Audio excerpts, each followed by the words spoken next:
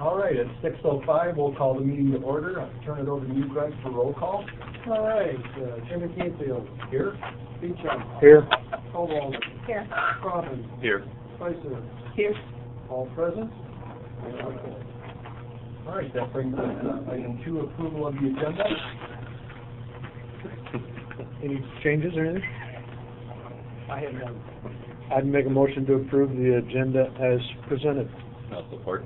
Okay. We have a motion and support. If there's no further discussion, all those in favor signify by saying aye. Aye. Opposed? Motion carried. Brings us to approval of the minutes. We have 3 meetings. January 8th, 2014, regular meeting. I'd like to make a motion to approve the January minutes. I'll second that. We have a motion and support. All those in favor signify by saying aye. Aye. Opposed? I abstained just because I wasn't here the 8th, so I don't know if they're correct or not. Okay. Show of 4 to 1 abstain. January 8th closed session minutes. I move that we accept the minutes of closed session. I support. We have a motion and support. All those in favor signify by saying aye. Aye. And one abstain. Also. And the February 2nd closed session minutes.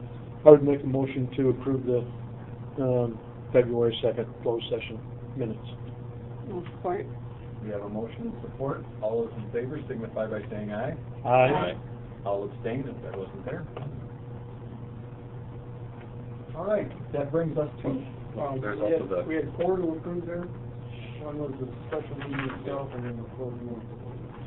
The February 2nd special meeting. okay, And then, we approved the closed session, I believe is the way I Yeah, read we that. did. So now we have Yeah. our regular February 2nd meeting. Special meeting. Special meeting. I'd make a motion to approve the minutes from the special meeting. I had our question on the minutes. Should I wait till we second it? No, I'll support. Thank Okay. you. On item 5 on the back page, it says we move to sign a resolution. Should that resolution be in the minutes? I mean, it just says we signed the capital R resolution. I'm assuming that resolutions will be in the minutes. I mean, We never put them in the meeting before, but we could do that. yeah, I mean, I guess I hadn't even noticed, but then it occurred to me that I think, yeah, at least in the city council, I know we did, but I guess that's maybe I'm just looking for input from the board. Should we put the resolution in the minutes that we approved so that? I guess, To me, kinda I think guess we- I would agree with you whether you put the whole resolution in or a reference to what resolution it was, because again, there's all Yeah. sorts of different resolutions. So if you referenced it was the resolution for approving the contract, Mhm. then I'm okay with that. But you're right; it should basically say, have some kind of reference what the resolution was, whether you read the whole thing or. Are those I can- resolutions part of public record? Because I guess that would be the reason for putting them in the minutes. They become part of public record. So if they're not part of the minutes, They are regardless. They are. okay, We could but have either then I one. think that would be fine just to note what resolution. Yeah, I like that idea better than putting the whole thing in. Yeah. Another some that the resolution's a page Yeah. long. And Okay, we can do that. So I would amend my motion to support the February 2nd special meeting with a reference of the resolution that it was for contract, for the contract with our employees, with our union. And I'll support that amendment. All right, we have a motion and support. All those in favor signify by saying aye. Aye. All abstain again. All right, that brings us to public comment for items not on the agenda. I have 2 letters. One was an email from Peggy Colbert, and then a letter that we received from Roger Ware that I'd like to read into the record. Peggy's letter, email, I understand that Lowell Light and Power is looking into smart meters for all customers, citing an article that claims there are no health risks involved. Below are links to articles which cite there are health concerns. Since this is an extremely controversial issue, I would ask that the board refrain from moving forward at this time. I have not been following the board meetings as closely as I would have liked to, so obviously I missed the discussion for this. I apologize if it was not as timely as it should have been, but I am requesting that you wait until there have been further studies and more evidence provided one way or the other. Since I have serious chronic health issues, I find myself being especially sensitive to these type of things. My doctor warns me to avoid as much of this type of unnecessary exposure as possible. Below are several links citing these health concerns. There are many more available. I would respectfully but emphatically ask that you consider your customers' well-being and refrain from moving forward with this at this time. Thank you, Peggy Covert. A letter from Roger Lowell to Sharon Lowell Light Power. Just a note of thanks and appreciation for all your guidance and support in the Neighbor to Neighbor program. We have been doing this together for many years, and I have not found a way to adequately express to you and Lowell Light and Power the gratitude that I feel. Thank you. This year we helped 16 families with difficult and challenging issues, so I hope this note will help to express my appreciation to you. I look forward to the gladness that will come as we work together in the future. Sincerely, Roger Lowell.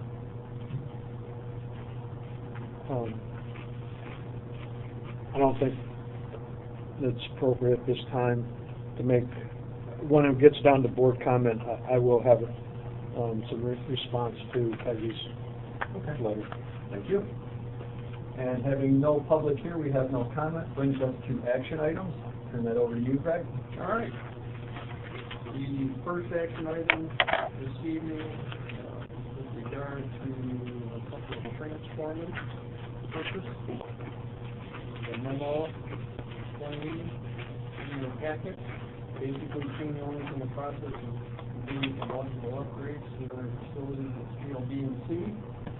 And during the conversations with them, it became apparent that it might be a good time and for everyone's advantage to move that portion of their facility to the 12.470 voltage. And that requires new transformers, requires one at each facility.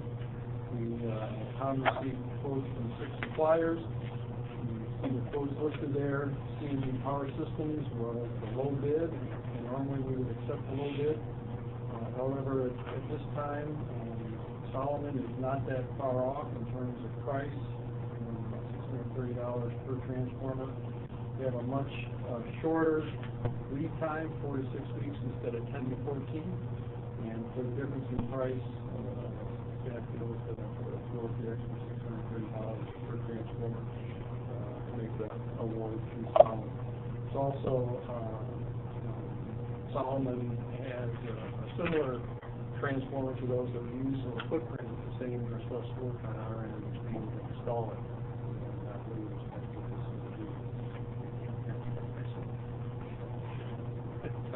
And I was, as I started to read through that, before I got to the lower comments of, I was thinking the same thing of it's pretty close, and it's 4 to 6 weeks as compared to 10 to 14 weeks, almost twice as long. So I was, before we even got to that, I was coming to the same conclusion.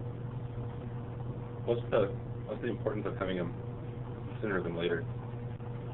Well, sooner or later, they'll probably be ready for it sooner, rather than later, in terms of converting the current electrical supply to that transformer. So I guess, why is it important? Like, is there a problem waiting 14 weeks to get it versus? The issue is they're going to take an outage at the mill for those scales, so we need to have our portion of it done during that same outage period. Oh, and the outage is happening. We're going to take an outage to take the old transformer off, put the new ones in, and the footprint part of it is because it's an existing facility. We need the transformers to be almost the exact same size as what's in there because there's a cement pad and all the openings already there. So we have to make sure that those the transformer that we're getting will fit on the same pad. The footprint is probably more That's important than the. kind of, when I was reading Well, this, it seemed like, because they're gonna start this in May, and they need it to be there, we wanna coordinate this with them instead of having. They don't wanna wait till their summer loads start. Right, coming in. okay. No. That would put them in the July and August range, which they don't want to okay. be in that situation. So they're trying to get it installed. Yeah, that makes sense then. I would make a motion to purchase the 2 transformers from Solomon. No support? We have a motion to support. If there's no further discussion, all those in favor signify by saying aye. Aye. Opposed? Motion carries. And just one quick comment on that. In the future, would it be all right, do you mind putting the totals down in here instead of each? Oh. Just because as I was going through it, I thought, oh, it's only $600 difference, and then I kind of realized, even though I read earlier that you're looking for 2 of them, but then I kind of realized, oh, that's for each one. And so it's $1,200 difference, not $600. Right. It's not a huge deal in this case, and the math isn't too hard, but I think just in general, it seems like it would be a good policy just to kind of put the total of whatever we're voting to approve, Okay. instead of, so we don't have to do that math, not that we can't. But again, it's just having the information. That's all. The next item is the capital plan. Over the last several months, we've talked about the fact that our revenue isn't where we expected it to be at this time, and some of the expenses that we had planned for a capital plan may or may not fall into the parameters that we had thought. And so, as Steve and I were doing our review for the budget presentation tonight, it became apparent that it would be in our best interest to amend the capital plan. So the first page, first couple of pages of the current capital plan, and you see that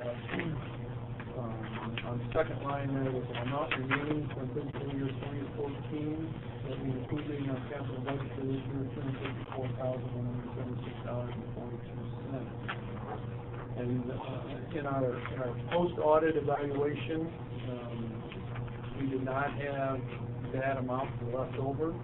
There were some adjustments to the year-end audit for 2014 that brought our net income for 2014 to a point that was less than what we expected, what we had left over from last year's capital plan to carry over to this year.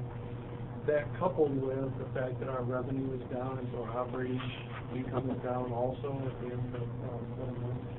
We, even our budget best to just eliminate that from our budget this year as carryover and try and keep within a budget of 885 for this current fiscal year.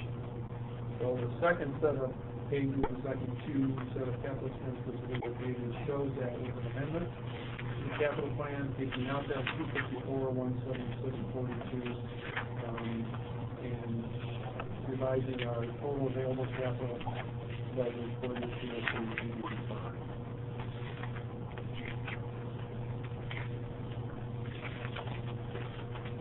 So, as I was looking at this, it seemed like there was really no change other than just the remaining cash, or the remaining budget at the end, right? Correct.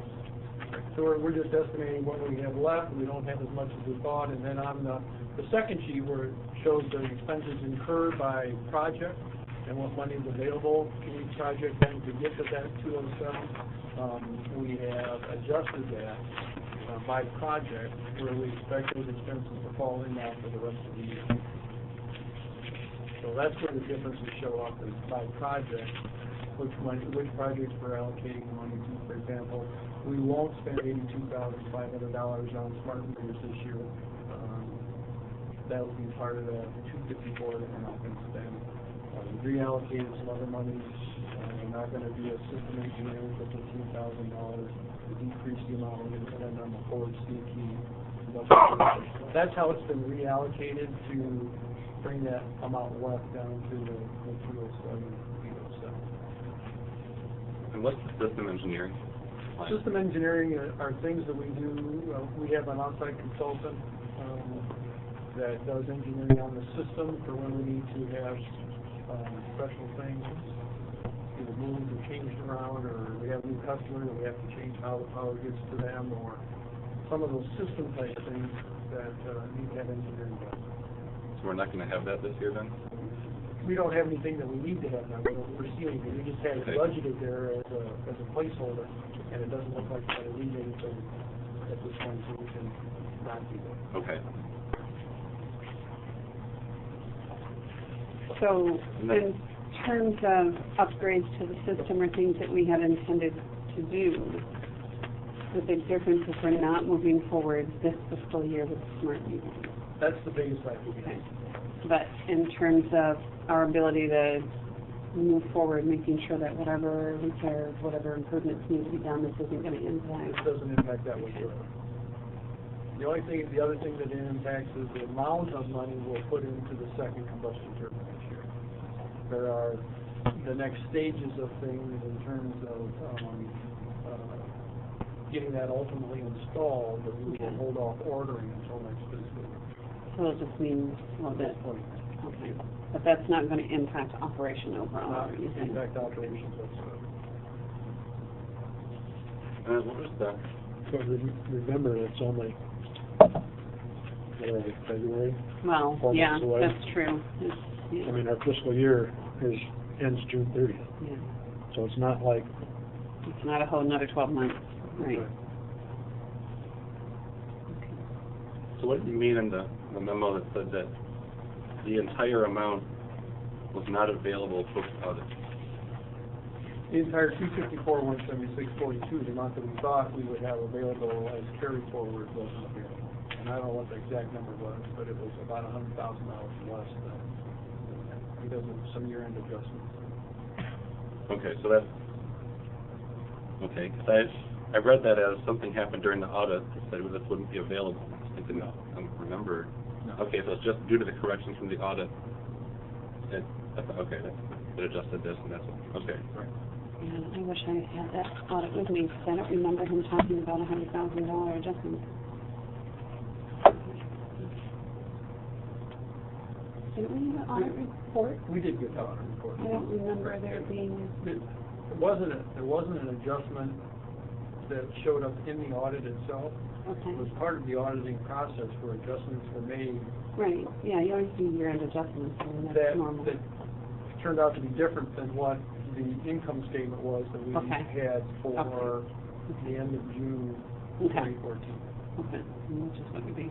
And that's really based on the fact that we've had this discussion a lot about the fact that our purchase power costs come in 1 month, but it's really for a month and a half before, and our billing cycle. And so there's always a year-end adjustment to cash and revenue, because stuff that we billed in July was actually part of June. Expenses for purchase power that we had in July were actually part of June, and June was part of May, and so Yeah, it's those accounting adjustments okay. at year-end that become part of the audit that aren't available when we do the QuickBooks isn't that smart. Okay. Any other questions? If not, I'd look for a motion to amend the capital plan. Just one other quick question, because I'm trying to remember back to our conversation about the smart meters and doing the upgrade. Right. I know part of that idea of doing that were cost-saving measures and different things, so this is then going to carry over to have an impact on next year's budget, potentially, or? Not in the fact that it, Oh, by delaying the cost saving, you mean? Right, no. okay. The cost saving is a long-term Okay. thing where we will be able to develop different rate structures and Yep. and be able to do a time of use Okay. rate, which will hopefully save customers money and that type of thing. But again, operationally, it has no impact on Okay. the way we. So the goal would still be to move forward with those next fiscal year, assuming that funds are available. Assuming the funds are available. Okay. Thank you. I'm still looking for a motion. I move that we approve the amended capital expenses. I'll support. We have a motion and support. If there's no further discussion, All those in favor signify by saying aye. Aye. Opposed? Motion carries. All right, that takes us on to informational items. The performance statement for the month of January. Total electric sales were up just slightly from January the previous year. And but we still see that the current fiscal year to date, total electric sales, total revenue was down a couple $100,000 from the previous year at this time. Residential customers stayed about the same. Residential sales were down from the previous year. It was offset by an increase in commercial sales. The total requirements show up for November. You can see the total requirements were up from November a year ago, as was the peak demand, Treasury from 11.13 to 11.4. January is one of the months that we calculate the average bill, the average amount that each customer pays in the two categories of residential and commercial. So January 31st, 2015, you can see that the average number of kilowatts per month was down by about 50 kilowatts from the same time last year for the quarter, and the average bill was down $3. The average bill of $84.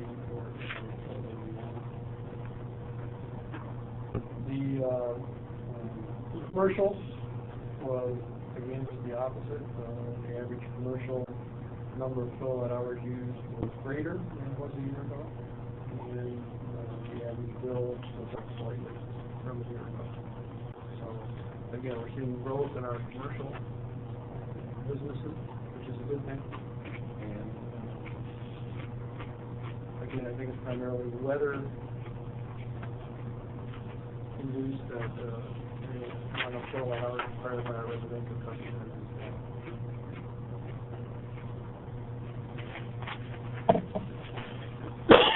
Moving on to the investments in cash, most of them are fairly similar to what they had been the previous month. The main one to take note of is the Huntington Bank account was down, and that's primarily because we made some large cash payments in the month of January. We paid a couple $100,000 towards the biodigest, so we got invoices come in for that. So that hit cash for January. Concern. What's the MPPA trust fund? The MPPA trust fund is a fund that has been set up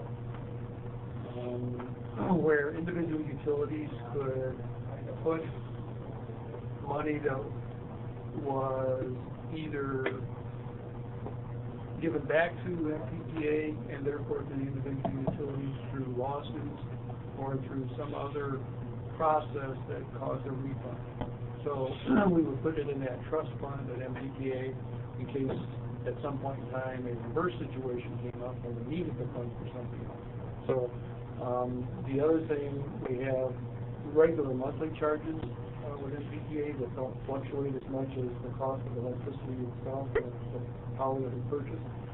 So all of the invoices for those smaller regular anomalies through MPPA are generally taken out of the trust fund. So over the last 7 or 8 years, that trust fund amount has gradually worked itself down to zero. So we have nothing in the trust fund at MPPA at this point. Okay. A couple of years What ago. I noticed is that it went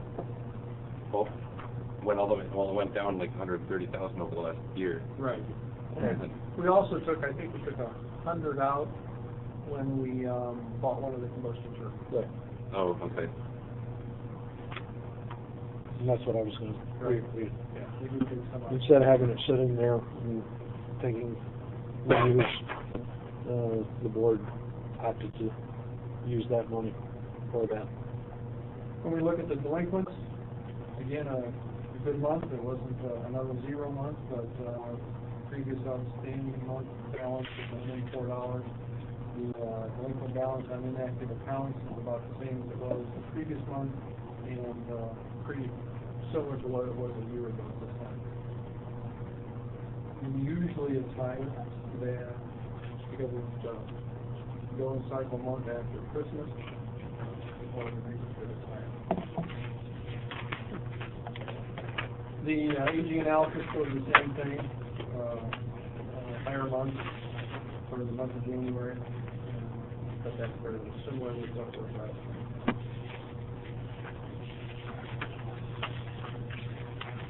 And on to the income statement.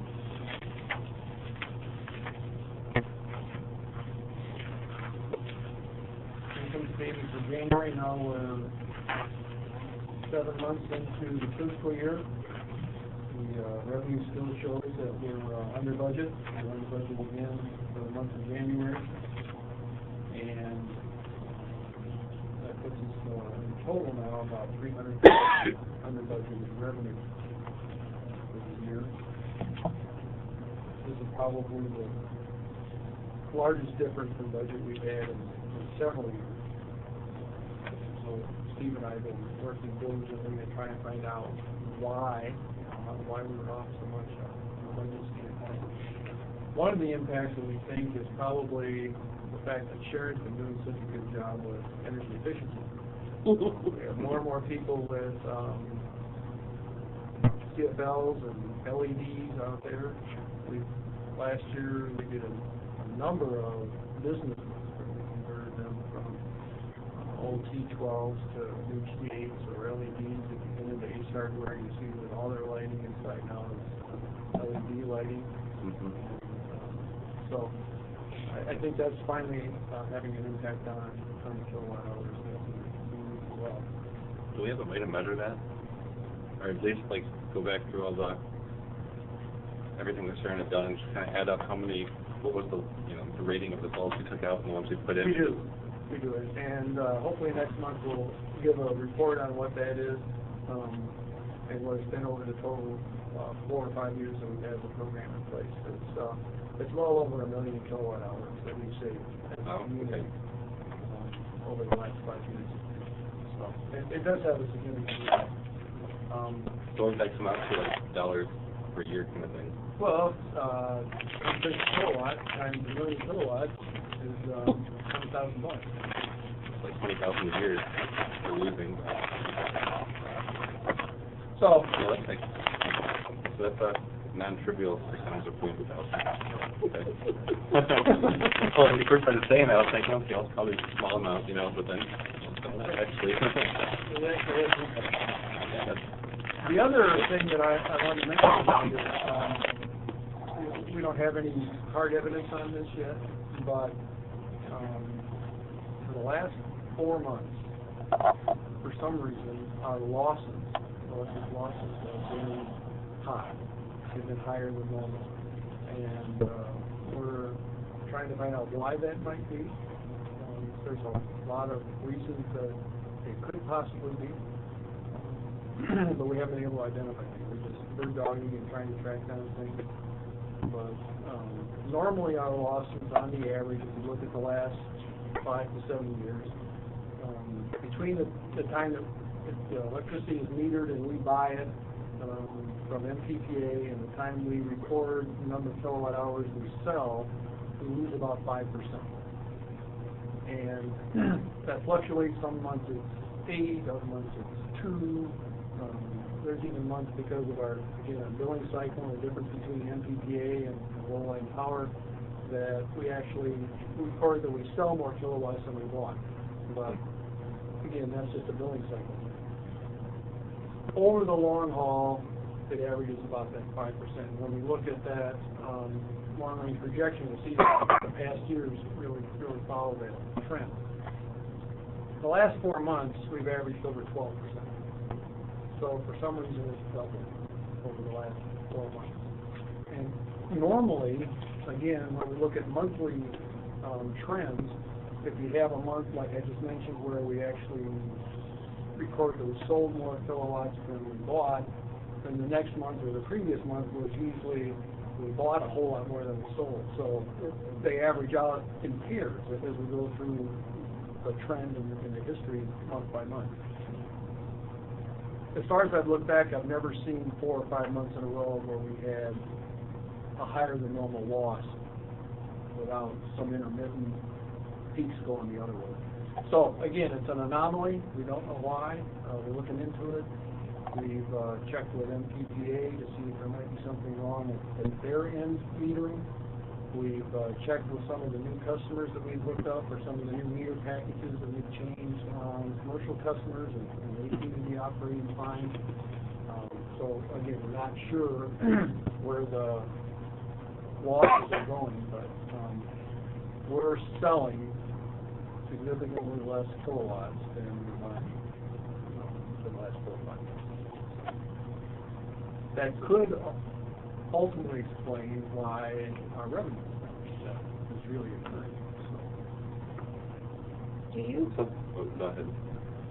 you ever look, and I don't know if there's a way to do this, I mean, do you ever look for those anomalies like with an individual customer? I mean, I know I used to hear horror stories when I was at From of all the things that people would do to their meters for consumers' energy. Like, it astounded me. I couldn't figure out why people even came up with these ideas to, like, cheat their gas readings, but boy, they did a lot of them. So I just wonder if, if there's a way to kind of check and see if something stands out and goes, oh, at this residence or at this business it's like drastically different. Maybe there's something up there. We do have a variance report that comes out every month that we look at, and so it shows us highs or lows compared to customers' historic use. Yeah. So nothing is There's nothing popping up. Okay. And again, if you're really using less kilowatts, then theoretically you would be buying less kilowatts. Right. So if, for example, King Millen's meter showed that they were using much less this winter than they had in the past, that's less that we'd be buying. To service that. So again, we're perplexed. I mean, obviously there's possibilities that electricity is being stolen. There's a possibility that somebody's hooked up to us that doesn't have a meter. I mean, there's possibilities, but we don't know what they are. We're trying to. I wouldn't even find something like that. Just to understand, you're measuring what you're comparing what we buy, and so that's what comes into our meters, like wherever we receive power At the main substation over on Bowes Road. Okay. Everything that comes into our system gets metered there. Okay. For example. And then we have individual home meters and business meters that show what we actually sold. Okay, so we're taking whatever came into the substation, we're comparing it to the total of all the consumer meters at the end of our system. Right. And the difference is usually about 5%. In the last 4 months together, it's been 12. And so that's typically just like line losses and stuff.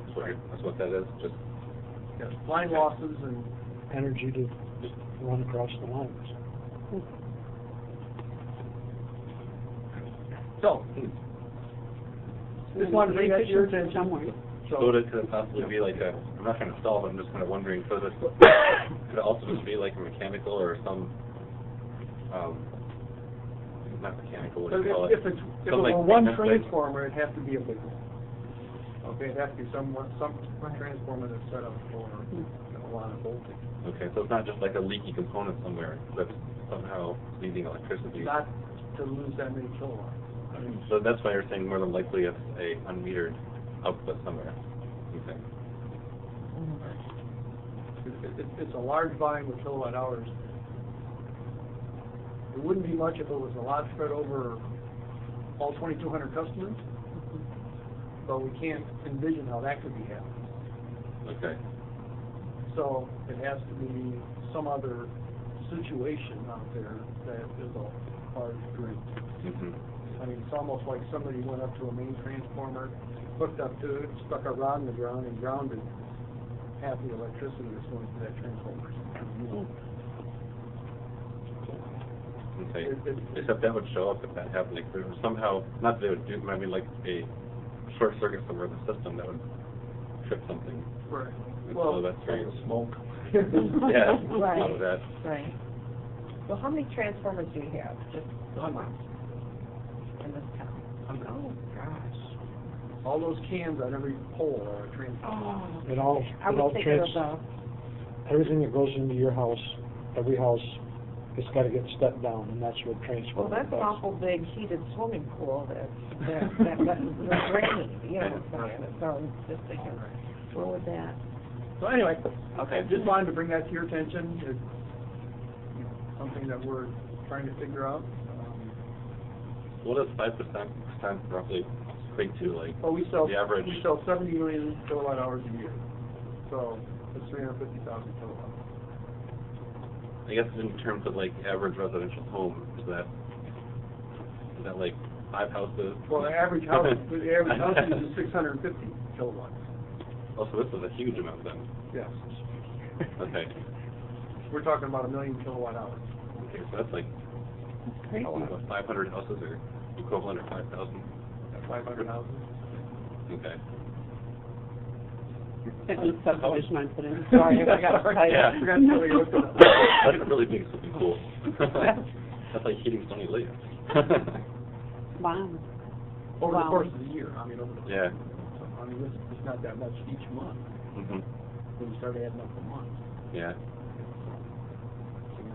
Anyway, Well, So if you find it, hopefully that next end, we month just you'll plug it have into some- the sidewalks and melt some it down. resolution. That would be nice. Yeah. I'm kidding. My driveway is on the backside right now. all right, going on with the budget then. Most of the other expenses are, again, continue to be under budget. Even purchase power, total expenses are under budget for the year by about $70,000. That $70,000 under budget in purchase power, combined with everything else, we're under budget for total expenses this year by $131,000. That offset against the 320,000 that we're short in revenue, which was under budget for operating income of about $100 million at 7 months this year. Steve is still, or not, Steve is, if he was here, he'd probably say he's sure. I'm saying fairly confident that there's also, again, we talked in the past, we have years where there's an anomaly in the billing with FTPA because we have to record that we're making a payment to Lowell and Campbell because of our ownership there.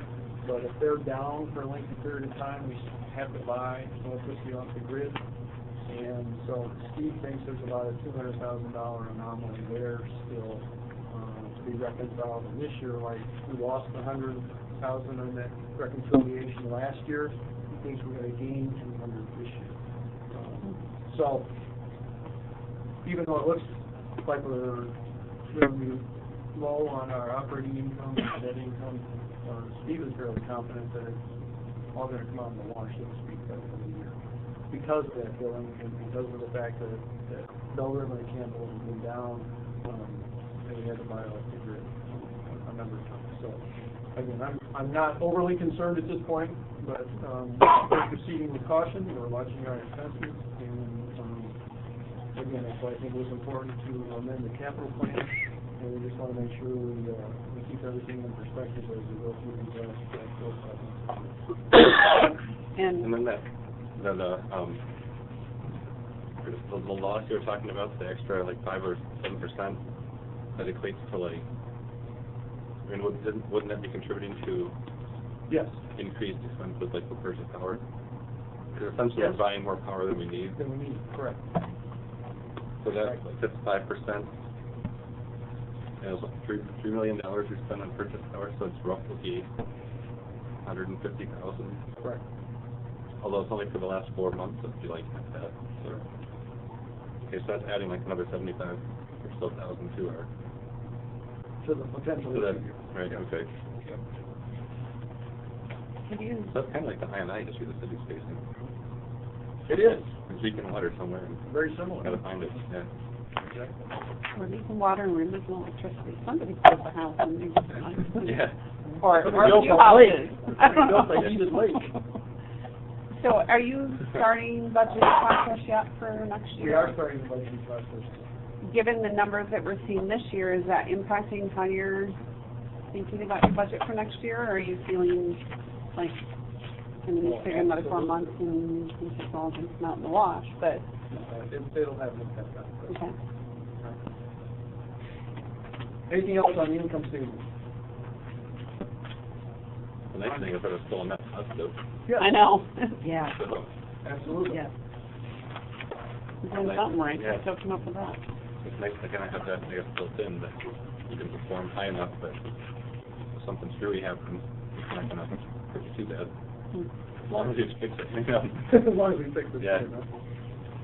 Yeah. All right, on to the manager's report.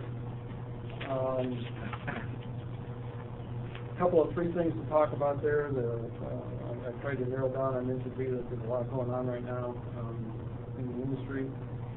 We talked about some of them, the articles that I presented in the past few months and so on and so forth. But one of the important things that happened during the month of January was that we did get an appellate court ruling on the Great Wolf Lodge cases that we had been appealing, or the cases that we've been appealing based on the Great Wolf Lodge decision that happened 4 or 5 years ago. And one was with Coldwater, one was with Holland. The appellate court ruled in favor of both those cases and indicated that the customer did have the right to choose the municipal utility as their provider, and suggested that the Supreme Court had overstepped its bounds, had made a flawed ruling, so to speak, on the Great Wolf Lodge case. The Court of Appeals even went one step further than we had, I guess we could say, hoped for. We had hoped that they would agree with us that the Great Wolf Lodge's position was flawed and that they would support our perspective.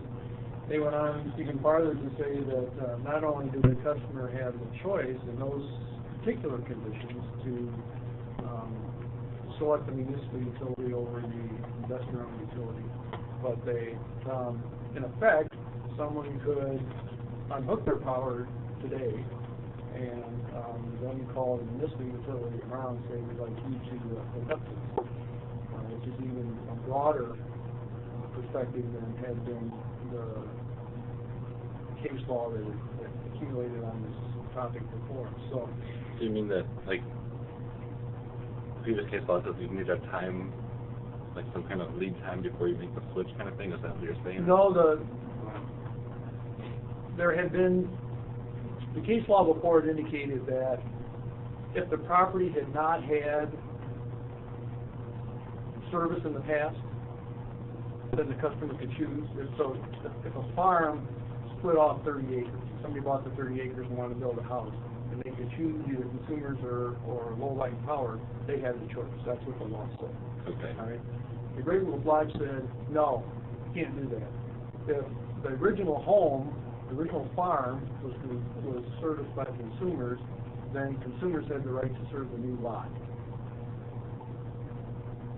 Okay. Okay, because they had been there first. And so that was against everything that had gone on before. That new lot had been considered a new parcel, and that the customer could choose whoever he wanted because they had never had, that parcel had never had service before, so to speak. Okay, so like Great Wolf Lodge had split off a piece of property from another one to build their lodge, I mean, or? Great Wolf Lodge had built a piece of property, and built their facility on a piece of property that had been split off It was- the larger lot. It was Okay. originally it was a farm, Right, originally part of the. and then Great Wolf Lodge bought that, a portion of it, with Okay. their facility on there. And so they wanted the choice, and consumers said, no, that's our, okay, Happens to be chair and elected up there. okay. That's the one who got the service. Okay. So, in any event, the same thing happened in Coldwater and Holland recently, and both of those customers wanted the municipality. The municipality hooked them up, and consumers said, no, you can't do that. They both lodged that we were there first. And the really devastating thing beyond that to municipal utilities and customers was that it wasn't a reciprocal situation. If we had been there first, it didn't work in our favor. You had to be a utility that had Public Service Commission oversight for that rule to follow. Okay. sort of like double whammy us. Yeah. Which is another reason we really wanted to fight it, because we didn't have the same reciprocal advantage that they would have. 'Cause if that was so, we used to roll like Harvey's and everything was here in Canada. We could say, we were here first, Mm-hmm. and it wouldn't work. The way that they will apply decisions. So, Okay. in any event, ruled for us, needless to say, consumers is appealing the decision, and now we're just waiting to see if the Supreme Court will hear. So it was a Supreme Court decision that got appealed? It was a Supreme Court premise that got appealed, and the appellate court ruled against it. So now it has to go, consumers have the right to appeal it back to the Supreme Court, and then the Supreme Court decides whether it's good. Okay. So that's how I got back to, I was wondering how did it go from the state Supreme Court to an appeals court back to the state Supreme Court? But it's because it wasn't a Supreme Court decision, it's now been two other cases have come that kind of basically challenge that interpretation. Yes. Okay. Through the system, started with the circuit court, then went to the Yeah. court. And that's what the Coldwater and Holland ones were. Yes. Okay, now this appeals court has basically said that, okay, kind of reverse that one, so then the Supreme Court has to decide if they're going to uphold one or ignore it and let it stay or what. Right. Okay. Okay. Interesting. Yeah. When is that decision supposed to be made? Do they have a? A year or two. Depends on how fast the Supreme Court wants to determine. You know, I mean, my understanding is they pretty much do things when they want to.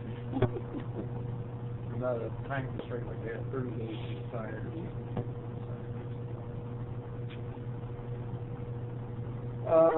Next one, we've had a couple discussions about the Michigan UP electric supply and the issues that are going on there with respect to closing of the Presque Isle power plant, what impact that has, some of the things that have happened at the Federal Energy Regulatory Commission and MISO that impacted that.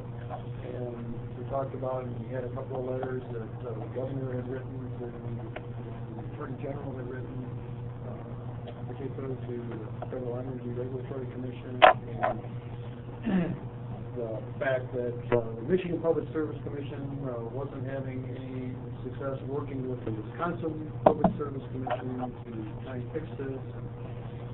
It looks like there is a solution, or at least a resolution, that was fairly complicated in terms of the customer who was Cliffs Mining, the owner of the Presque Isle plant, and the energy provider that Cliffs had decided to go with when they opted out of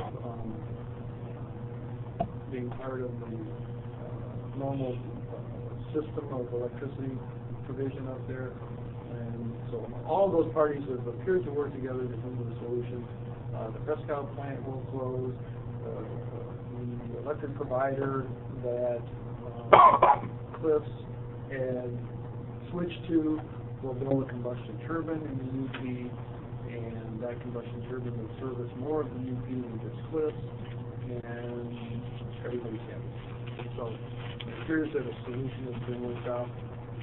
The only thing that still is up in the air is that the Federal Energy Regulatory Commission did approve through the MISO, the Midwest Systems Operators, an increase in the tariff, or a change in the way the tariff is determined for all the transmission assets between Wisconsin and the UP, which puts a burden on the UP still for the cost of all those transmission assets. And so we still need to get a resolution to that, because that's going to have an impact on all those customers, which isn't fair. At least the generation part of it, the supply part of it, seems to be good.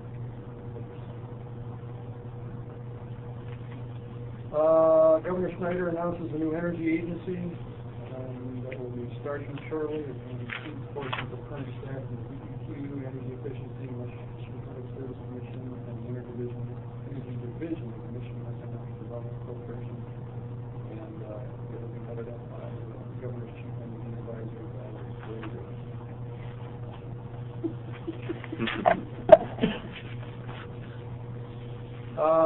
Then the governor also signed legislation that allows for on-bill finance to utilities that allows us to set up a fund, and that fund can be used to be loaned out to customers, or you can work on a program, develop a program through a local bank that they loan money out to customers, and utility buys down the cost of the loan, and then the utility gets to collect the loan payments on the utility bill for the convenience of the customer, and be able to work with the customer to help them come up with energy efficient ways to retrofit their homes and upgrade. So that's something that we'll look into.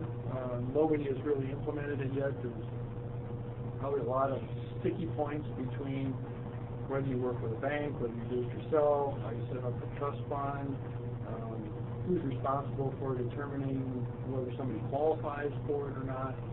And similar to some of the things that we did with PROM in terms of our, only this is on a much larger scale, but when we set up our A-plus system where we have money set aside, we didn't want to be the ones, or felt that we were qualified to be the ones to determine who qualified for receiving those kind of assistance dollars.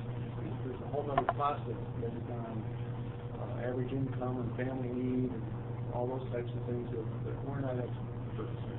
So this kind of a program offers those same kinds of challenges in terms of trying to determine who is qualified to get these loans, how much the interest rate gets brought down, and those types of things. So some utilities that are looking at it are looking, like I said again, working with a bank who would handle all that, and all they do is provide the funds and collect them. So we'll see how it works out as smooth, but it's an interesting concept. We'll keep that. APPA, basically the same information here in terms of the line workers rodeo and operations and technical conference in May. Like I mentioned before, we'll be doing a presentation there. In the legislative rally in March. One thing that I did want to mention is that, again, that our new lineman apprentice will be attending the rodeo and participating in it this year. Is that the first time we've had, I mean... We had an apprentice one time, probably 4 years ago. First time in a while. First time in a In while. Nashville. We had 2 apprentices that were going to participate at the time, but the day before, whatever, one slipped off the truck and wrenched his ankle, and so he couldn't participate, but the other apprentice went down and participated. And then, with respect to the biodigester, things keep moving forward. This week we were able to run our full load 1 hour test, so they were up to over 800 kilowatt hours generated in an hour.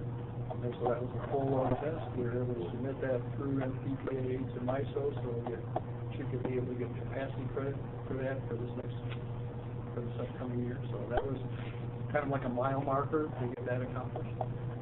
And they're still working towards, I believe, for their system purpose, one of their criteria is a 5-day full load test, and so they're hoping to do that in the next few weeks.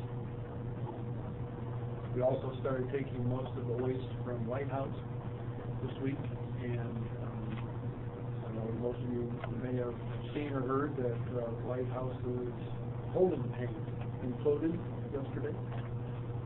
So they can't store anymore within the tank, so it's a good thing that we are able to take it. Is that correct, Tom? That's right. In their tank At Lighthouse. And that was something they had installed? Yes. Something, okay. No, that isn't anything to do with Nothing to do with the biodigester system. Wow. That's where they store their liquid waste. Well, the trucks came in and got it and then took it out to haul it away, so. They would hold I had not 12 heard to that. 20,000 gallons What a at a amount. time. they had to haul basically all their waste to Muskegon. And it was it was very costly Yeah. for them, so they're, Yeah, this is a win-win for, wow. Kind of became their. Good timing then, huh? Great bank. Yeah, no They kidding. could keep running, so Wow. like, that's kind of what they were facing, like they'd have to slow down their process or something to. They just got the haul more. Oh, okay. So it wouldn't impact the specs or anything, it's just they couldn't. Right. Okay. Are we able to keep up with all of their use then? I don't think we're using all of it, but at least it's coming to us in the pipe. And if there's an increased tariff because of the waste that's going into Lowell wastewater treatment system, then that would be billed to the White House. But at least we're able to handle it. It's not just going out or they don't have a place to store it.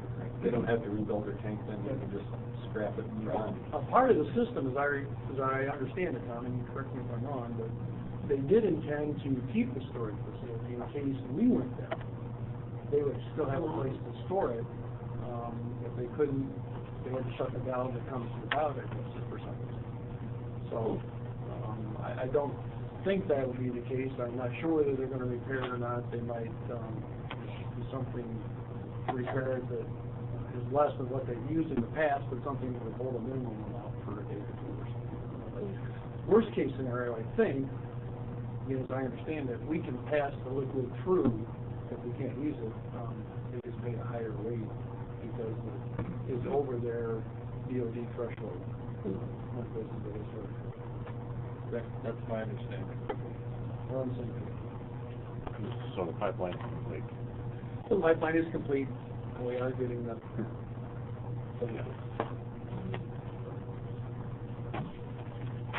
All right. That brings us to engineering operations policy. Sorry, just a question before we move off the biodigester. You said a couple months ago that when things opened up and running, I thought you had considered a public open house type of a thing. Is that? We'll do that. They're behind schedule. So it'll probably be April now before we get to that. Might be a little warmer day. That'll be warmer anyway. Yeah.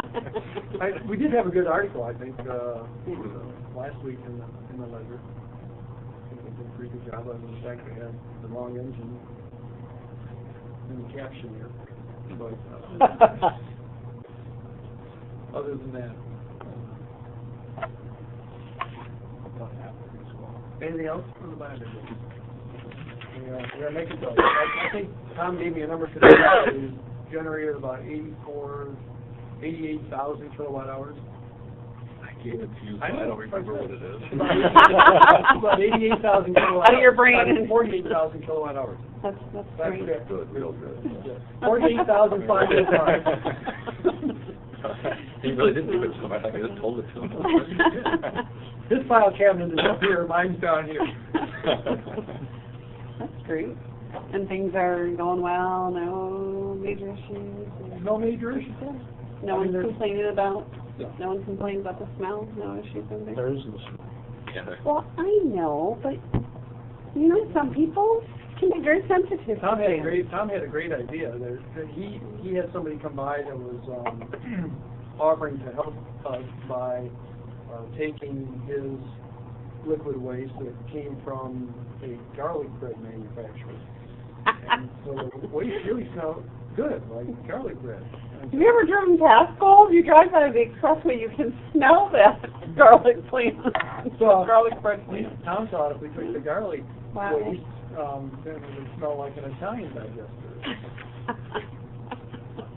Is there a digest date coming out They yet? have not completed filling the tank, that's why it's not running 24 hours a day, so okay. we're not taking anything back to the farm yet. We are making our normal daily trip though to Swiss Lane, so we're making one trip a day. So we're at the point where it will get filled up because we're bringing as much or more than. So you had mentioned that they're a little behind schedule, so what was the reason for that? Just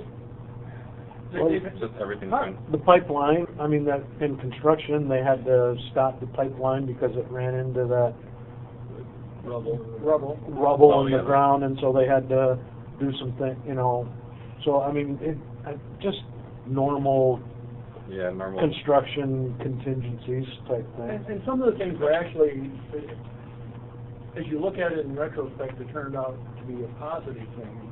The cold weather that we've had, we had some pipes that they thought were insulated well enough that weren't, that froze or burst. We had some valves or those types of things that froze up. And so they now know that they need to do something better with respect to those. So they've had to replace those valves or those pipes and insulate them more or do something different. And so it's all been positive in the big picture. They're learning now instead of being up and running all summer long and get to next winter and have these problems and then have to be down after counting on the electricity to be delivered. So from Greg Northrop's perspective, I mean, disappointed that it's not been running yet, but the flip side of the coin is it means for better operations further on. Right. It's not a huge delay. No. I think maybe a month at that. We're talking about 30 days here. Okay. And a midwinter startup when people's windows are closed and their car windows are closed and they're not walking around, if there's that little bit of startup odor we thought we might have in the summer would certainly be a lot more dramatic than it was. Good time. Good. Anything else? All right, let's take a look at the policy. I think I indicated that I'm not sure how much discussion we'll have tonight. We may get through this whole section, we may not.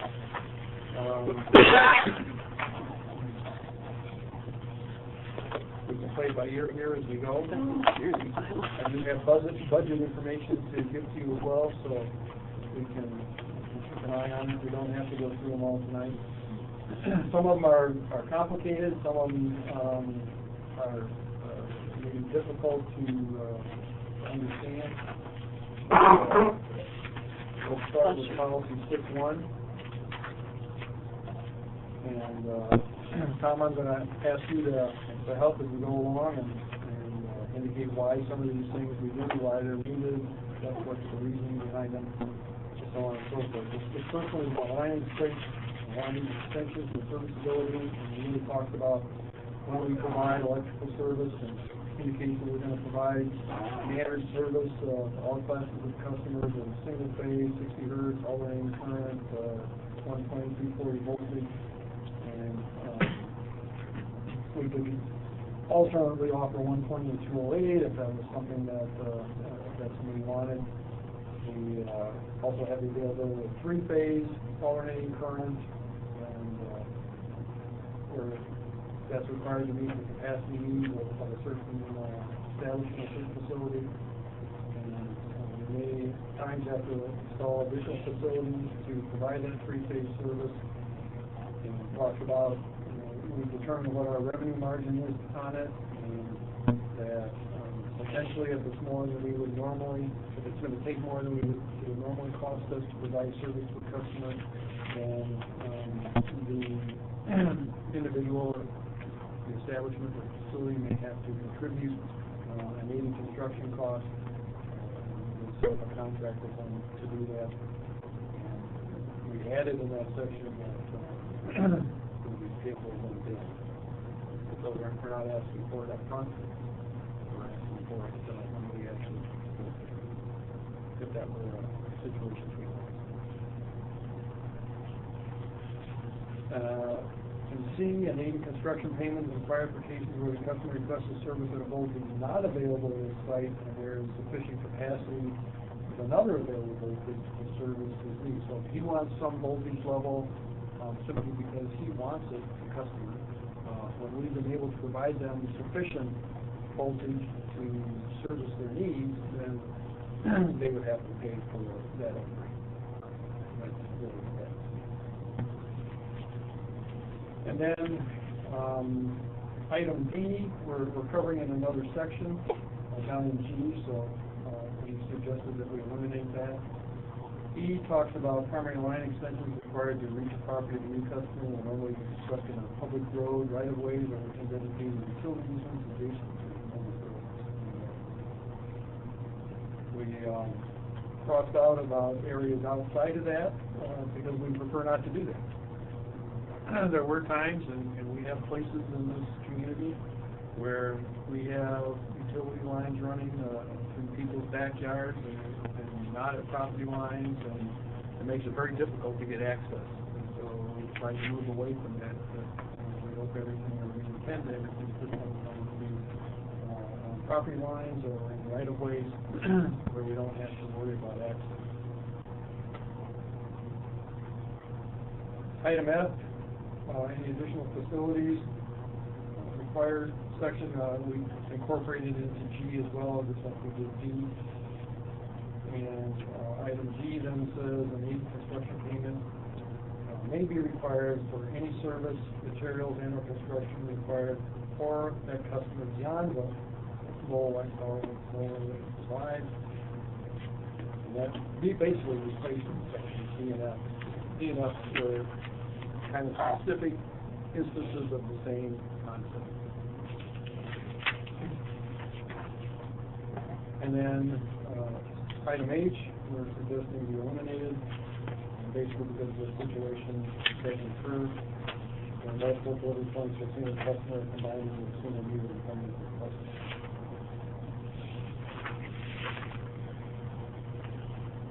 So again, this section is a little more technical. It's not as necessarily as easy as billing questions and administrative policy. These are really things that we use in the field when we deal with the customer in terms of giving them service. If you take section 1, for instance, or section A on here, where you'd say, well, why aren't we supplying the 12240 like a regular home has, and we're going to supply 122 away? Well, there's instances like the church in town where they have 3-phase power at 122 away, and then there's a parsonage right next door. Well, we're not going to build another power line to them to give them 12240. We give them 12208 for their home service, where I believe every one of us here have 12240 into their home. This customer does not. They have 12208.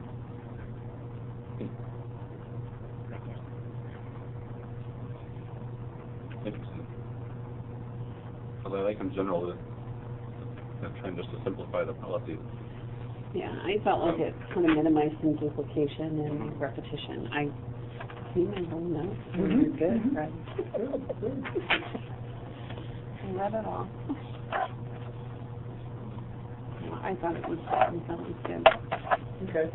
Much more clarity, I think. And then on to policy 6.2. Again, this is an area where we're really eliminating the vast majority of the policy because it's really not our issue. These are things we have in our policy that are really the responsibility of the electrical inspector. We won't hook anybody up until it's been inspected and has been given the approval. So why should we be indicating in our policy what may or may not be appropriate for the inspector? So we basically took most of that out and indicated that we provide service and equipment, only one service job, either overhead or underground, will be supplied to the building or structure. And it needs the approval of the distribution manager and his designee. And we talk about any building requiring service of 400 amps or less, not exceeding 250 volts, single or 3-phase overhead underground should be self-contained metering. Beyond that, anything else that was here is really in the spectrum of the electrical inspector. Can you explain what Part D means, that only one draft will be supplied without approval? Most customers have one secondary service going to their home, and then from there they have a main meter and they distribute it wherever they want on their property. And so if somebody puts up a pole barn and they want a second service there, then we're requiring that they have approval from us to do that. Oh, so it's saying that. We normally provide one service to the customer. Okay. Per property. If they want more than that, then they need approval. Okay, so it's just basically saying that you build a structure, you can have one service job. You don't need approval, but you want a second one, someone has to approve it. Somebody here. Yeah. Well, wouldn't someone here have to approve even the initial service drop? I mean, if we're going to approve hooking up to a customer, I mean, It's not really an approval, we just normally automatically do that. Okay. But somebody who knows something about electrical work could just wire up their own, couldn't they? On what? Right, you can feed a Yeah, you secondary can building feed a second off drop, of the right. first service.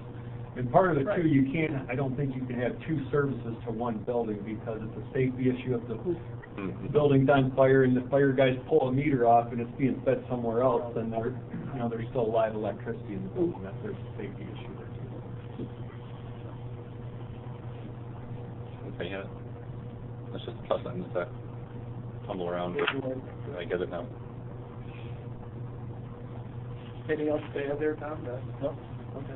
I appreciated, and you did it again in 6.3, that I appreciated that you changed that up to distribution manager or designee with a little bit more flexibility. I mean, you want your policies to be concise, but you don't want them so concise that it restricts your ability to do business. Right. So, There's a lot of these cases where if Tom's absent or we Right. give the authority to the supervisor or Mark to make those decisions, that's the way it should be. I think that was wise. I feel like that makes it a little bit easier for you to manage. Any other comments on 2? On 3, this is regard to meter sockets. Can I Yes, sir. I guess I have, when I read, I understand what it's saying, but I guess I'd like to just take out low light and power and delete shall not furnish, or I just like low light and power. Where are you at?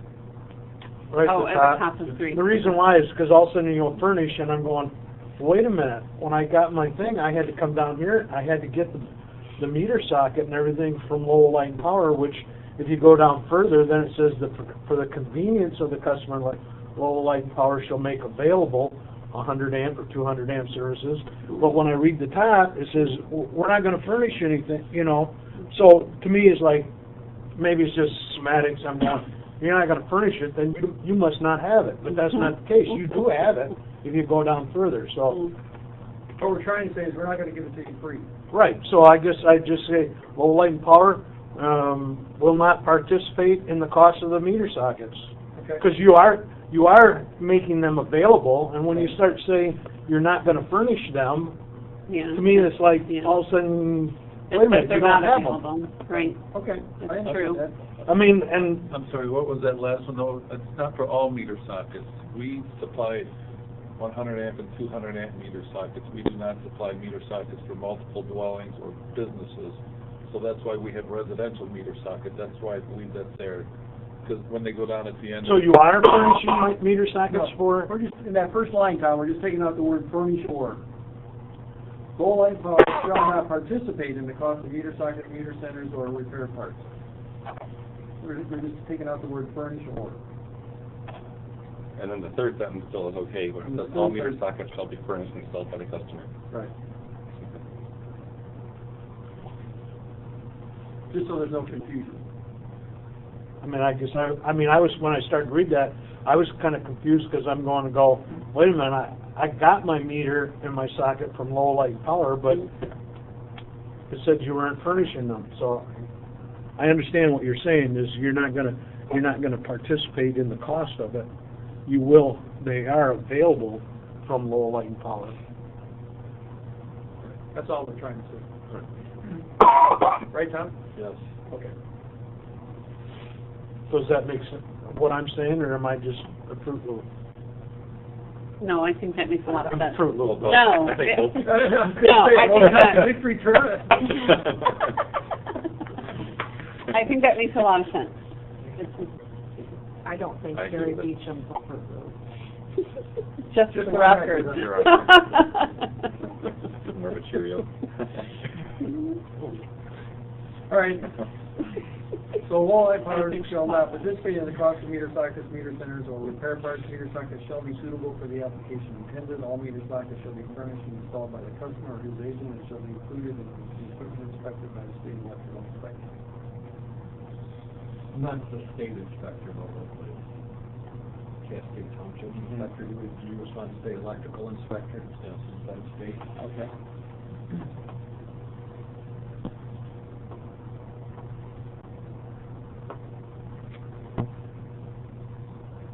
what would be another term that you could use? I mean, besides inspector, Local, well, designated electrical inspector. Certified. you know, certified, I mean, or, Yeah. what term? Yeah. Something that would I say, mean, it's just not State any. law, it's a state law that says they have to be inspected, Right, so that's why the word state was there, although if the person is local or, you know, county or Cascade or township or. State approved electrical inspector. State approved, maybe that's state the way to approved put it. would be good, yeah. Registered with the state as an Yeah, inspector. a state approved or, yeah. don't roll your eyes, Tom. Does that work, Tom? That's fine. They have to have their sticker, and it has to be signed. Okay. And all about collecting those things. The electric distribution manager designee shall determine suitability for the application, or one power shall not make electric connections or any equipment needs unsuitable for the purpose intended regardless of approved by the state approved.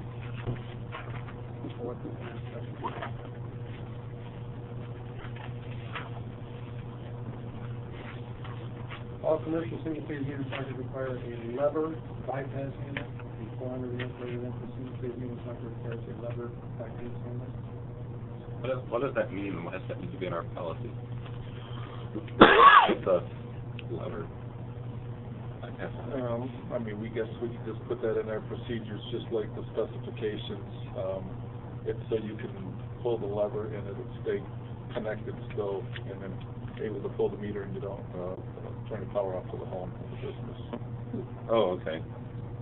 So you're saying that you want to require the lever style versus other styles, or? Some of them, the smaller units like the homes, 100 amp or 200 amp, we pull them energized with a meter puller and our safety equipment. But we don't. We actually disconnect on the road the meter. Okay. This The we do person's not. without power at that point. They are. In commercial and the larger services, you don't want to take the power out.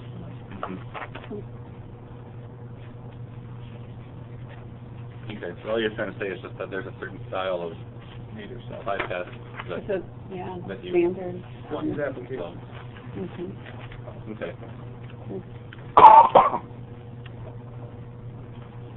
For the convenience of the customer and the electrician, Lowell Light Power shall make available 100 and 200 amp underground and overhead meter sockets and hubs that do not require primary and or secondary current transformers. Those meter sockets and hubs may be obtained by solicitation of an appropriate copy of the electrical permit for the facility on which the meter socket is installed. Payment of a fee equal to the sum of the full life cost of the equipment and after the overhead is inspected. And we forgot to ask the time, but to save interest. Again, they don't necessarily have to pay us at the time, but they will be billed. That's what we expect. One little typo there, that 2B, meter socket 2B installed, I think that is supposed to be moved in front of 2B, wasn't it? On which Yes. meter socket is to be installed. Yes, you're correct. Thank you. Didn't even notice it, so you read it over. Yeah. And then, Best way to edit, I don't know. yeah. So we're on to the next, On to 6.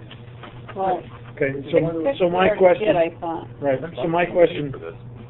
Huh? We've already done There's a that. lot we have to discuss on this yet. so my question is, where did 6.4 go and 6.5? 6.4 and 6.5, we included in 6.6 when we redid 6.6. Yeah, because we redid, So I guess my question is, they'll have to be renumbered. be renumbered? Yes, but we thought for the purpose of reviewing them, we should review them as they currently are, and then as we approve the new Yeah. set, we'll move them to Okay. new number. So if somebody listening isn't confused. But, yeah, we went over that Somebody in got November, moved. and that's where we combined those three into one. Correct. Right. So I think we should be all set with 6.6. I sure hope so, after all the discussion we've had on Yeah. As that. I say, it took only, what, 3 meetings? Yeah, this one should be like pristine and etched in stone. I think. Yeah. 6.7, we're recommending that we eliminate the entire section. It's no longer necessary. Okay, here was my stupid question. Why not? Why is it no longer necessary? What's changed? When I was looking through this Anything and, that's changed, okay, is whether we have to have that included in okay, this is general just policy. redundant policy to begin with. Tom? Well, I don't think that it's only that, but all electric means all electric, no gas, no propane. Right. Once you're there, how are we to Right. know? Yeah, because it does kind of give in earlier policies, here's how it needs to look, so, okay. Okay.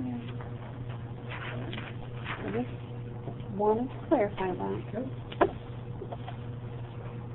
Swimming pool installations, the only thing we're changing there is to, add the National Electric Safety Code as the, reference, and then we'll put the actual section in the policy. You can't get the wires to the zip line into the water.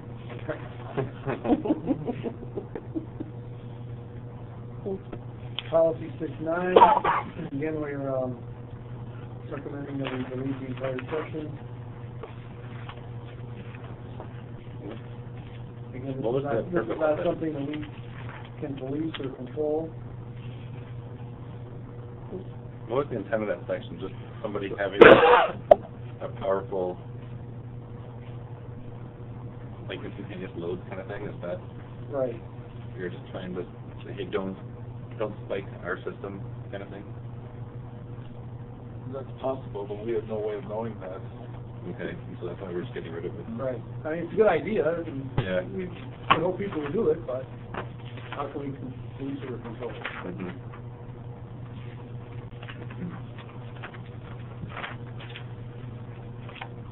Policy 610, new customers or customers with additional load. And basically what we're saying here is the responsibility of the electrician to consult with low light power prior to design or installation of service equipment associated with wiring as to the availability of the voltage, phases, amperage, etc. When they're adding new loads, we have a form that they can fill out to do that at the front desk. It's the responsibility of the electrician to consult with us with respect to the physical location of the riser, the underground services, and the unit socket, just so we're aware of what the location is going to be and the peculiarities or specifics of each different location.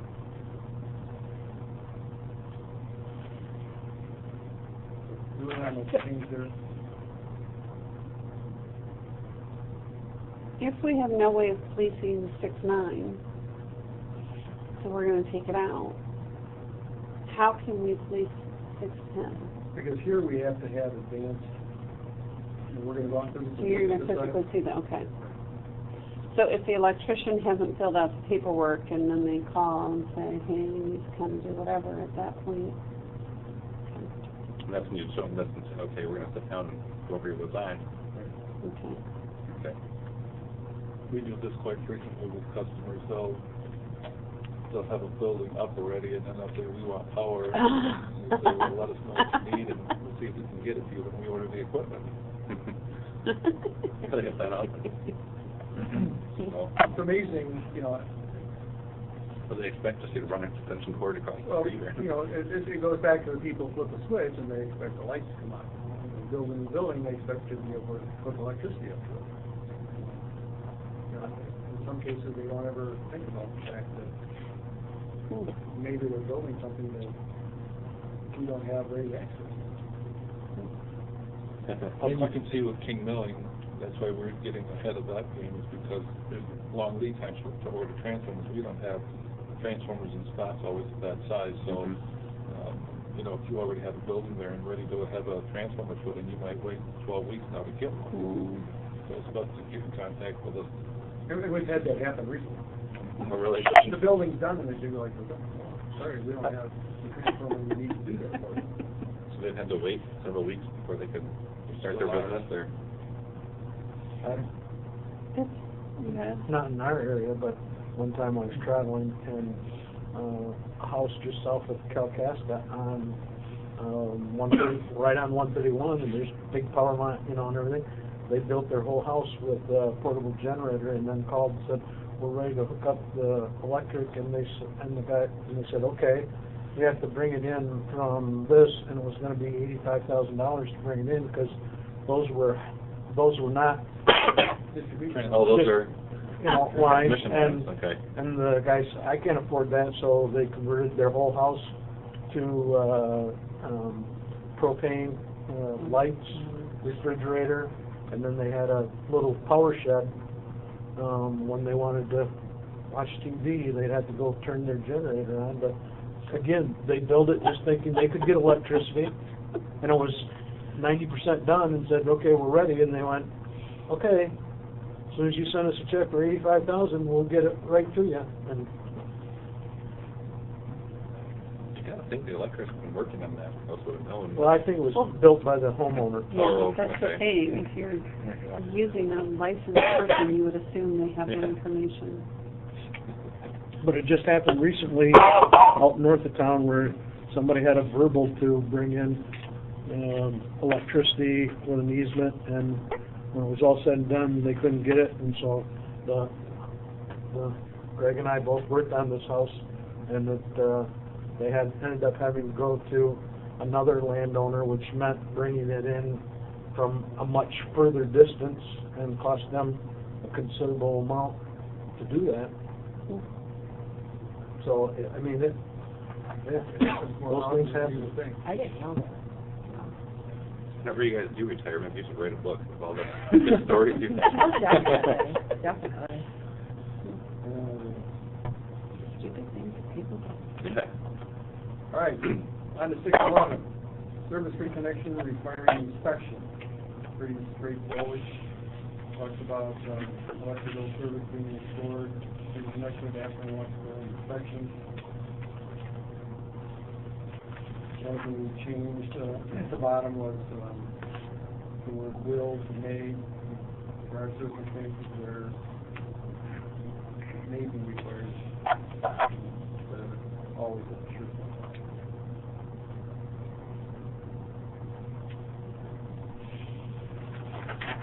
612.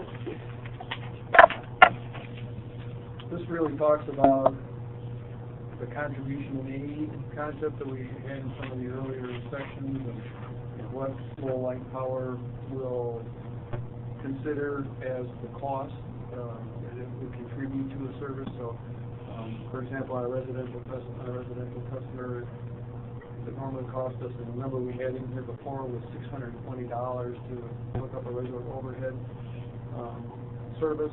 Somebody wanted to come in and put it underground, then we would contribute $620 towards the cost of whatever the person wanted for underground.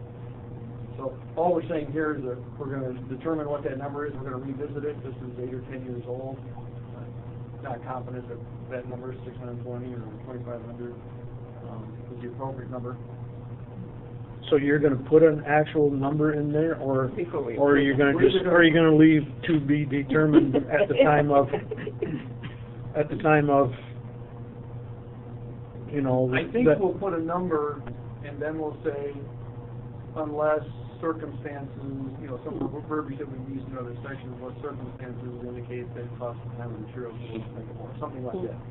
But, you know, people should have an idea of what that value is, you know, when they're thinking about whether they're going to put overhead or not. But then we also have to have the ability to make some discretionary decisions if it turns out to be, you know, their house is 780 feet back on a lot instead of 100 feet back on right away on a city street.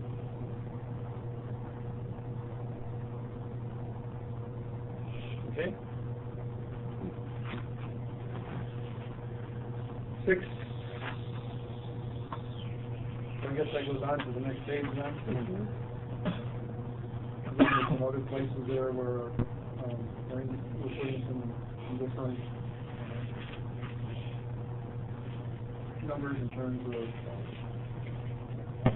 what the estimated increase in the value of kilowatt-hour usage is for customers. Maybe upgrading their facilities or anything that they're going to have additional load.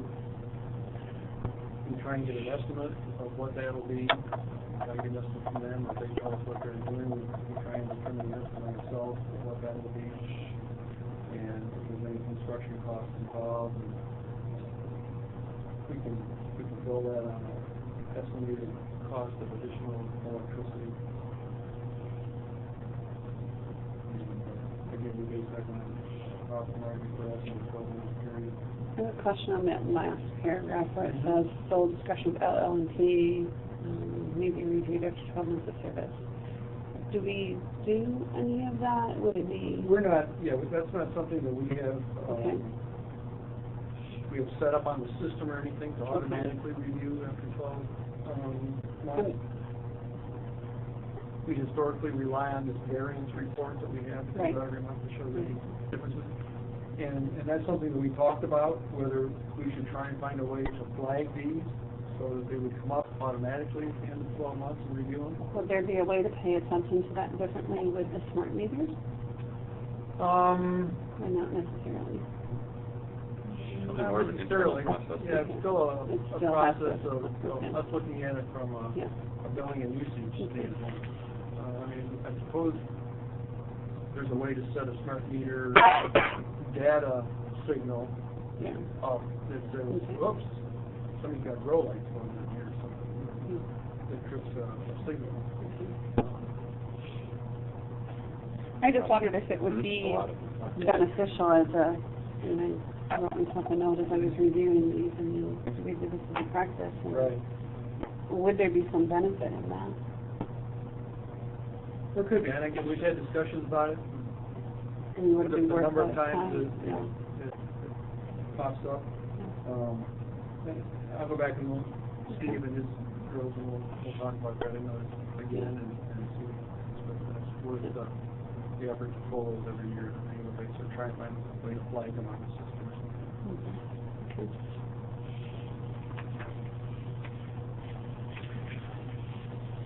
So what is meant, sorry, in that page 612 there, it's profit margin.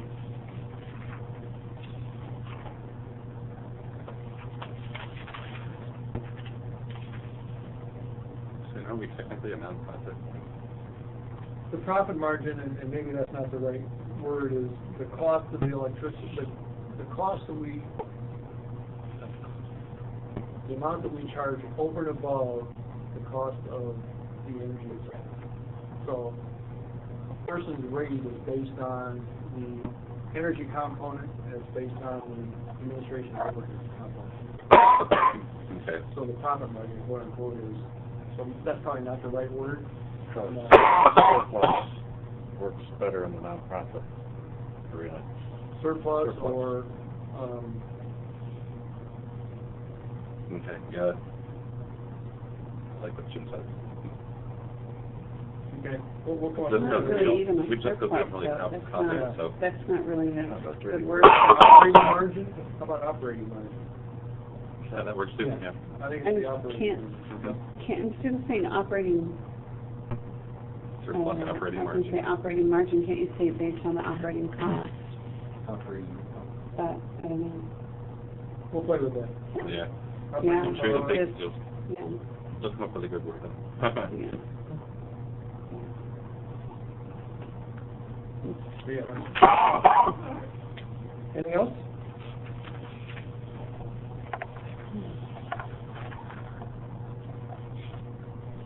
Six 13. This is our basic power line clearance policy that was put into effect several years ago when there was an issue with tree trimming services. And so I think the only thing we're proposing here is that we verify that the sightings here that we use for how we determine the best approach for tree trimming are still, those may or may not change. I would even go so far as to where it says to preserve the health of trees, the utilities shall avoid. I think maybe say make every effort to avoid the following, because there are times, and you even note the exceptions there, but I think you have to be really careful about good language.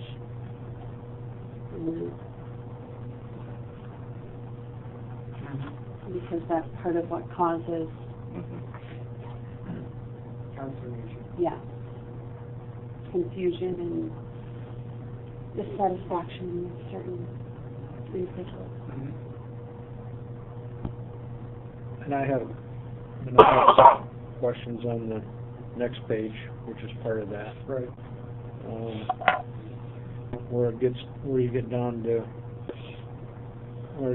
any property owner disputing the required pruning of a tree on their private property shall be provided a 10 calendar day period in which to obtain a written and signed opinion of a ISA certified arborist.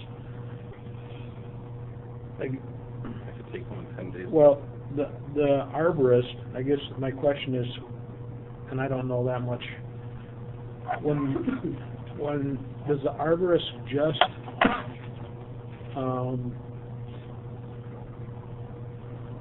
does things for the health of the tree, or are they bound by electrical standards also?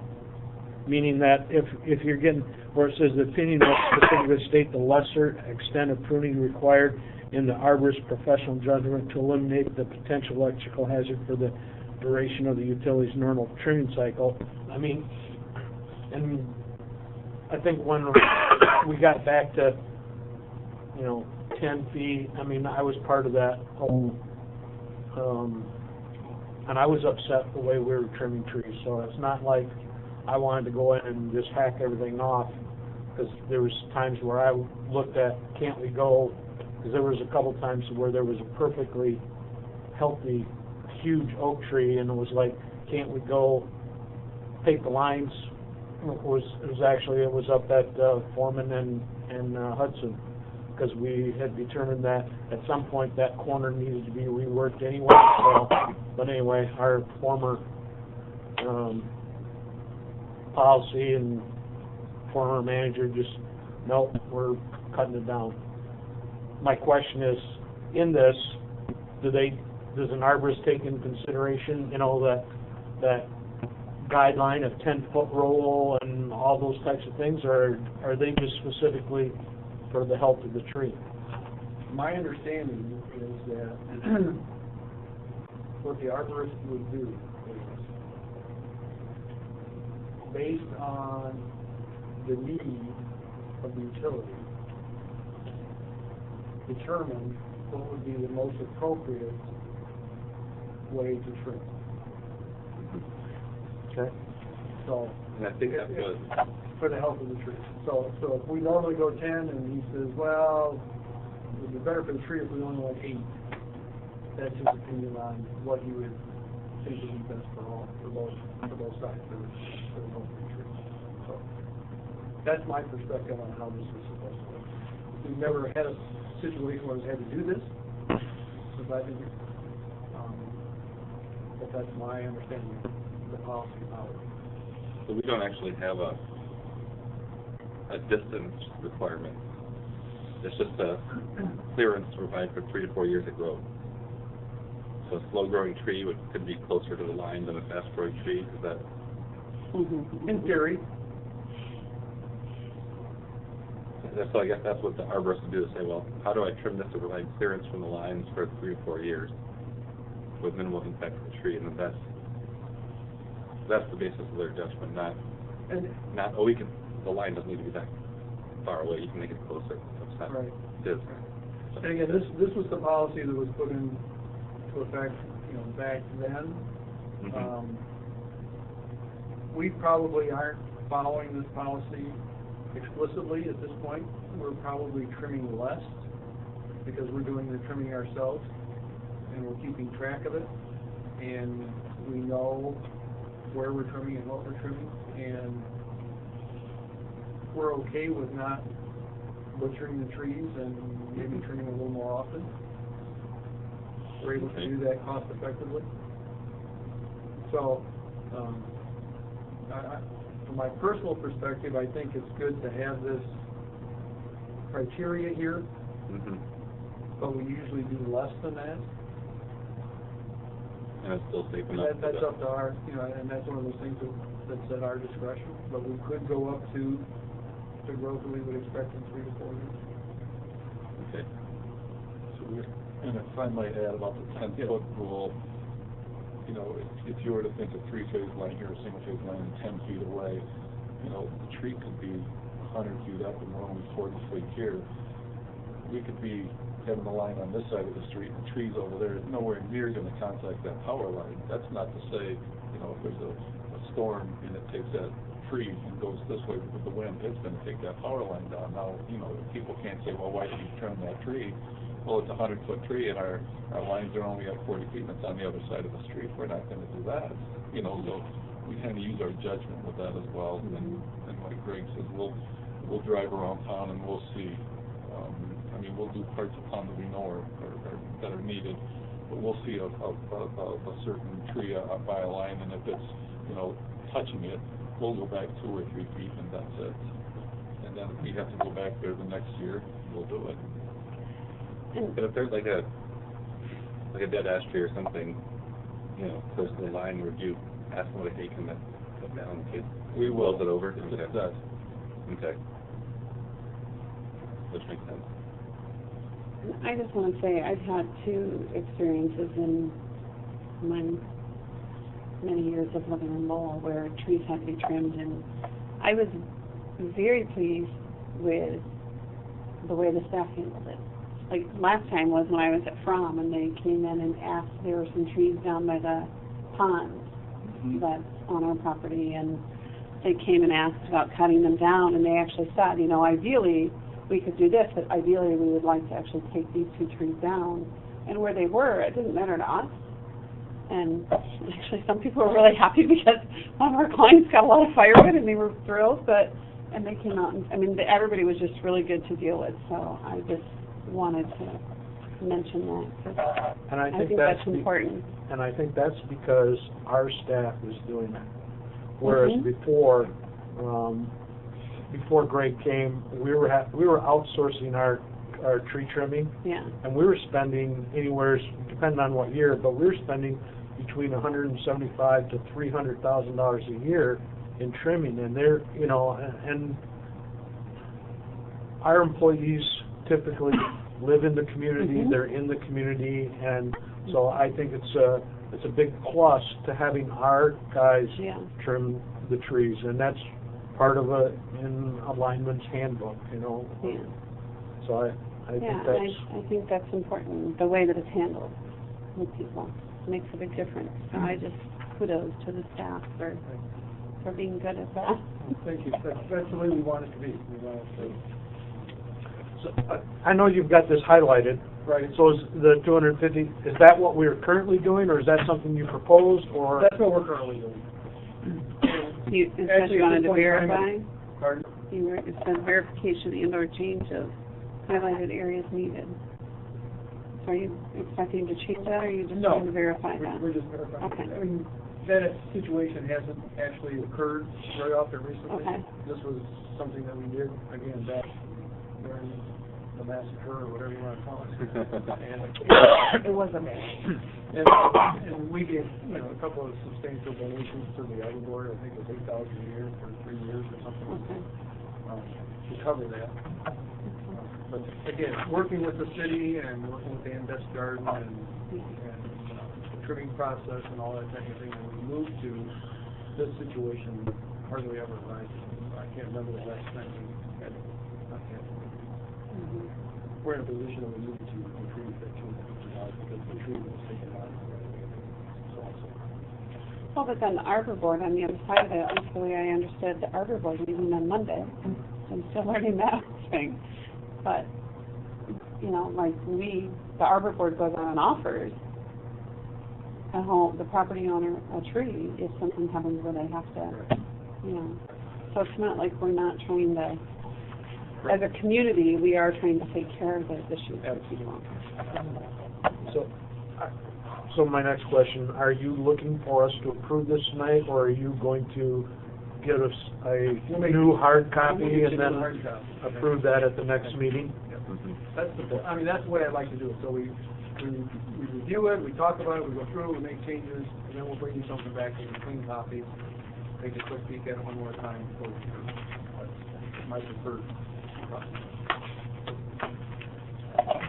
Okay? Good. Wasn't too painful. Nice for the tree. Then the next item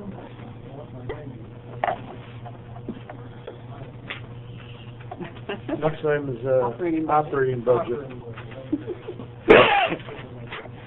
Good on the discussion.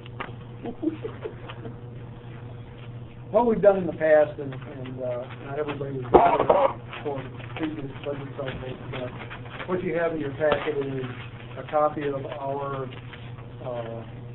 long-range financial projections, and it shows some history as well as projecting out usually about 10 years in advance. And so this year we're going to have the 2024, which is only another 9 years, 8 or 9 years out, but we'll start to ultimately drop off some of these first years and add some at the end of the projection. But in any event, it shows in salmon colored what the budget was for 2015.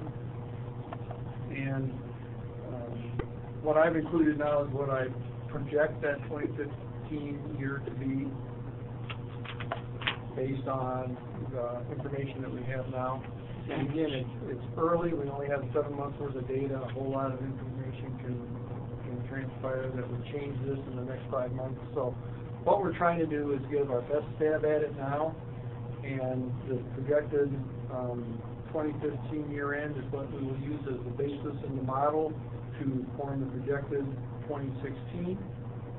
And then that 2016 projected budget and financial condition is what we'll use, Steve and I will use over this next month to develop an itemized operating budget to present to you next month. So really this is just a big picture, a bird's eye view of what we think might happen by year end of 2015, and then project a 2016 to start with. So this is really just a starting point. I'll just highlight some of it. We talked a little bit about the number of kilowatt hours, and we think we're probably going to be pretty much on what we budgeted for the total number of kilowatt hours and the cost for those kilowatt hours. But based on the information that we talked about earlier, I don't think we're going to hit the sales for the number of kilowatt hours that we had talked about. Unless something dramatically happens over the next 5 months, I hope we find whatever the issue is that seems to be hampering those sales. So I guess that ultimately it could be worse than that if that continues. This is looking at a best case scenario where at least it won't get any worse if it can continue the way it's been for the last 3 or 4 months. That then gives us projected operating revenue. The operating revenue I'm predicting is going to be down from what we had budgeted for both residential and commercial. Our total operating revenue for the year will be over $300,000 less than what our original budget was. Most of the expenses will be less as well, although it's going to be hard to predict what happens to the price of power. We still continue to be buying significantly more kilowatt hours than we're selling. This gives us a operating income of about $100,000 less than we projected, and gives us a net income less than what we expected for the year. We will have, ultimately down at the bottom of the page, I'm expecting that we'll have a net cash loss from the activities for the year, and remain with a total cash balance about where we ended up last year. So my best prediction at this point is that we'll hold consistent with where we were at the end of the 2014 fiscal year. Question for you on the executive summary. On page 5 of the executive summary, the hedge policy component. It says that we're out of compliance with NPPA hedge plan relative to the price certainty as well as capacity requirements. Correct. What are we? That has anything to do with this at this point? a completely different. Well, it was all attached in there, so I was looking at this to frame the conversation of the budget, because I thought that's what this all did, but No. maybe I misunderstood that, so, okay. That's a different situation. Okay. Mine was all like mixed in, so I thought. One would have been on top of Okay. the other. Okay. So that's the next item. Okay. All right. All right. Okay. So I'm just looking at this thinking, well, how does this impact our budget? This is the one we're talking about now. I know, Okay, I know, okay. but I'm looking at this going, Yes. this is going to impact this, that's No, why. it doesn't, because, and I Okay, explained to you that the reason we're out of our quote-unquote compliance Yeah. for the hedge plan policy is because we don't know what the cost of fuel will be for Campbell and Bell Right. River farther out. right. That's the only reason we're out of. So that's not necessarily gonna impact us this year, but it will for longer term. No, because further the report you'll find out where they predict what our costs are gonna be for Okay. electricity Okay, for the next 6 years, and those are the numbers I used in the budget. okay. Okay. All right, I was just trying to connect the dots. Yeah, no, that's So, okay. all right. That's fine. So the big change in net cash in 2020, is that from purchasing the bout adjuster? Yes, Okay. that's the first thing about it. And is that why the projected rate adjustment is less after that? Because, okay. Well, and again, these are just placeholders Yeah. for a long term. I mean, like Well, when I see that you kind of predicted a general, like a flat, sort of flat with steps, 2.3%, then 1.3 for 4 or 5 years. Right, right. And so I was just wondering, is that kind of based on knowing that we'll have some control over that power from the bout adjuster in terms of meeting that 10% and, That's part of it, and also, after 2020, based on the current projection, we should have most of our debt service from Bell River and Campbell behind us, oh, okay. and so we'll have a bigger contribution to cash at that point from those. Okay. So the need for that kind of an adjustment in rate will not be there. And we talked about the fact in the last couple of meetings that we would be doing a rate analysis this spring Mm-hmm. because of the purchase power, the PCA, the power cost adjustment Yeah, kind of being at it. at its max. Mhm. And so that's where I'm getting the 4.5%. That could either be the end of fiscal year 2015, if we did it in the spring, or in the fall of the 2015-2016. So that 4.5% could either be there or in the column previously. We just don't know when we're going to be able to implement that. So, but that really reflects the change in the power cost adjustment, going to the rates rather than. Okay. So the rate adjustment in the history, that reflects the PCA, that top line there? Yes, unless we actually took a rate increase, which we did back in 2009 and 2010. So those were actual rate increases of 5.4%, 4.2%. Other Okay. than that, they reflect an adjustment to the PCA. So isn't that this line is the PCA? Okay, that's what the PCA is, correct? The Fifth line, let me see. the purchase power cost adjustment? That's what happens with purchase power cost adjustment, right?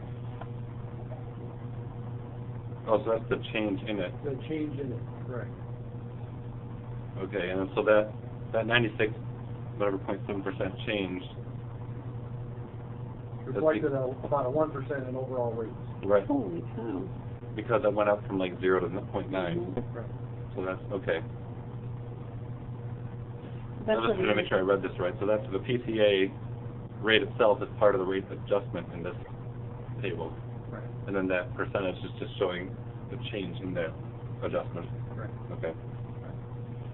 I'm sure we had that meeting where we went over all those numbers and realized I need to thank you for subsidizing my electrical costs. That's the one. So that was the one. Okay. So what I'm projecting for 2016, based off of the year-end projected 2015, is an operating revenue of about 86. That's up because of the 4.5% rate adjustment that I'm predicting, projecting, with expenses of $7.5 million. It's not near as big of an increase as in the expenses as we're expecting in revenue, and then that will boost our operating income and our net income in 2016. So it looks like one of the goals is to make sure we have enough cash balance to buy the bout adjuster. Yes. And still have plenty of reserve after that purchase. Yes. Okay. Again, not knowing what's going to happen with coal plants Mhm. and that type of thing, I think we need to be putting money aside in the long run, by 2025, to be able to have money to put into new generation, if that's what's required, if the coal plants are shut down by then, and somebody builds a big natural gas combustion turbine or some other kind of new technology at that point, that we can buy into. Okay. Have the money available, I think, to be able to do that.